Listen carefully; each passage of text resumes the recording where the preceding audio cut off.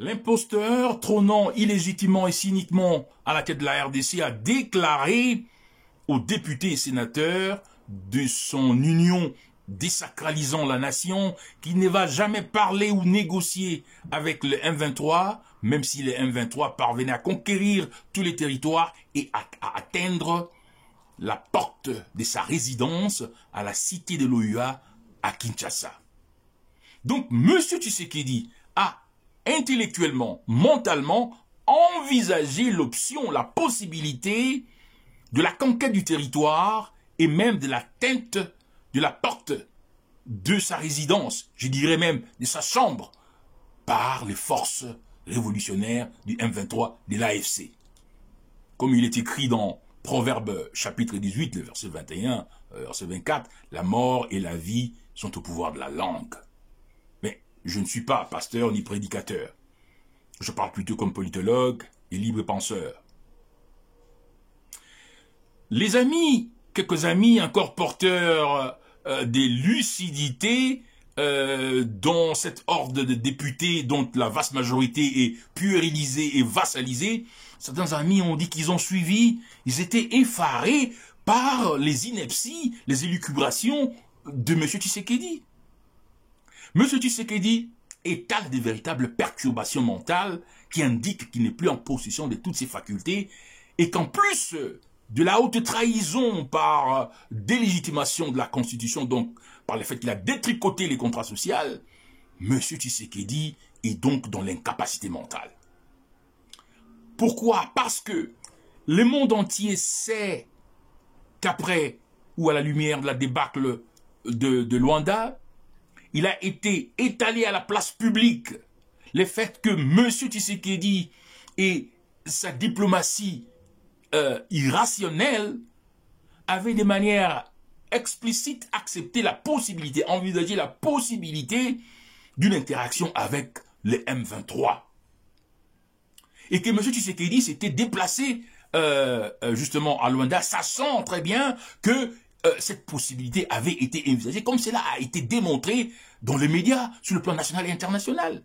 Que M. Tshisekedi s'adresse aujourd'hui aux députés et sénateurs dans une sorte de conclave, de congrès informel, en disant les contraires, donc mettant en péril, je veux dire, la voie, la possibilité d'une résolution pacifique de la question. Cela démontre que M. Tshisekedi n'est plus maître de toutes ses facultés. Pour comprendre cette dimension, suivons plutôt cette petite vidéo. Le M23 a été invité ici à Kinshasa par moi à une certaine époque. Je reconnais qu'il y a eu des représentants du M23 ici. Et c'était à l'époque où j'avais pour ministre, nous avions pour ministre de l'Intérieur M. Gilbert Kankonde. Donc ils ont peut-être rencontré le ministre de l'Intérieur pensant qu'il le faisait en mon nom, ce qui peut être normal. Mais je tiens à dire ici qu'il les avait invités, si c'est lui ou c'est eux qui s'étaient invités, à mon insu.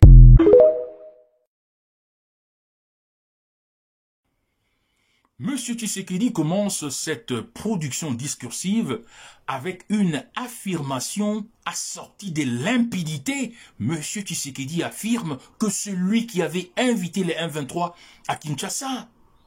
Mais en 15 secondes seulement, M. Tshisekedi, étalant de véritables perturbations mentales, active une inversion de la narrative en niant, en disant que ce n'est plus lui, que c'était plutôt son ancien ministre de l'Intérieur, Kankonde.